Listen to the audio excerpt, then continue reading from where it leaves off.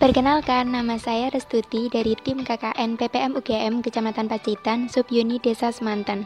Pada kesempatan ini, saya akan menjelaskan tentang sistem aquaponik dalam ember atau yang biasa disebut dengan budidamber. Budidamber atau budidaya ikan dalam ember merupakan salah satu bentuk dari sistem aquaponik sederhana yang mengkombinasikan antara aquaculture dengan hidroponik. Jenis ikan yang cocok untuk budidamber ini yaitu ikan yang tahan terhadap kadar oksigen rendah seperti lele, patin, dan gabus.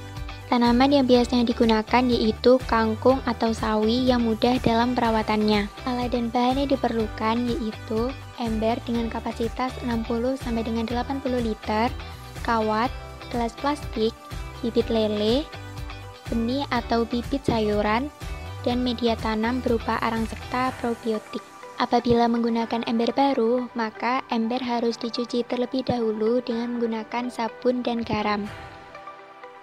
Tujuannya untuk menghilangkan bau plastik yang kemungkinan dapat meracuni ikan lele. Gelas plastik dilubangi di bagian samping dan bagian bawah. Pada bagian leher gelas diberi 2 lubang untuk memasukkan kawat.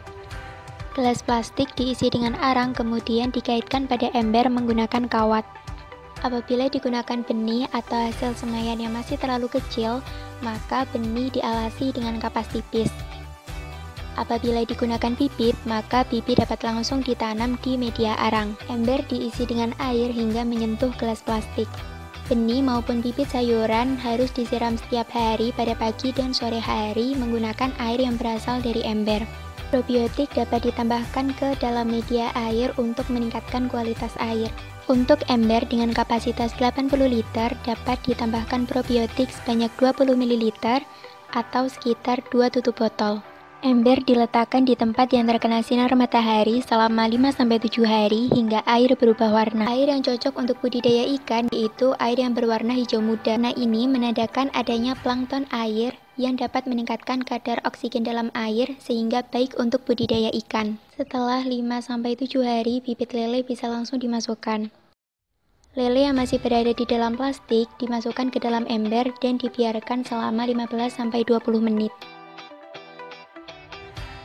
Setelah itu, plastik dibuka dan lele dilepaskan secara perlahan. Bibit lele sebaiknya dimasukkan dalam ember pada pagi hari atau sore hari. Dapat digunakan bibit lele dengan ukuran 5 cm hingga 12 cm. Untuk ember dengan kapasitas 80 liter dapat diisi dengan bibit lele sebanyak 50 ekor. Apabila lele dimasukkan pada pagi hari, maka pemberian pakan dapat dilakukan pada sore hari.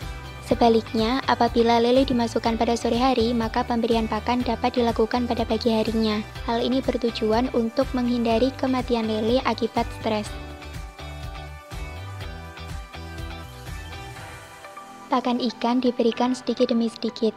Pemberian pakan ikan dihentikan apabila ikan sudah terlihat kenyang dan ikan sudah tidak muncul di permukaan.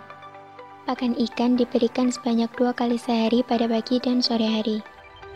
Air yang sudah keruh atau berwarna kecoklatan menandakan banyaknya amonia beracun yang berasal dari endapan pakan dan kotoran lele, sehingga perlu dilakukan pembuangan atau penyedotan kotoran. Apabila ember tidak dilengkapi dengan keran pembuangan, maka penyedotan kotoran dapat dilakukan menggunakan teknik sipon. Penyedotan dapat dilakukan menggunakan selang. Selang diisi penuh dengan air. Pada kedua ujung selang ditutup menggunakan ibu jari. Salah satu ujung selang dimasukkan dalam ember dan ujung lainnya diarahkan ke saluran atau wadah pembuangan. Ujung selang yang berada di dalam ember dibuka terlebih dahulu, selanjutnya ujung yang berada di saluran pembuangan dibuka. Ujung selang pada ember diarahkan pada bagian bawah agar kotoran yang mengendap pada dasar ember dapat tersedot. Air yang disedot kira-kira sebanyak 1/3 hingga setengah dari volume ember. Penyedotan kotoran dapat dilakukan secara rutin setiap 10 hari sekali atau saat air sudah keruh. Air yang digunakan untuk mengganti sebelumnya telah diberi probiotik dan dibiarkan selama 5-7 hari di bawah sinar matahari. Air hasil penyedotan kotoran dapat disiramkan ke tanaman lain di sekitar rumah atau endapan kotoran dapat disiramkan ke tanaman yang ada di dalam gelas. Sekian video yang dapat saya sampaikan. Terima kasih atas perhatiannya dan semoga bermanfaat.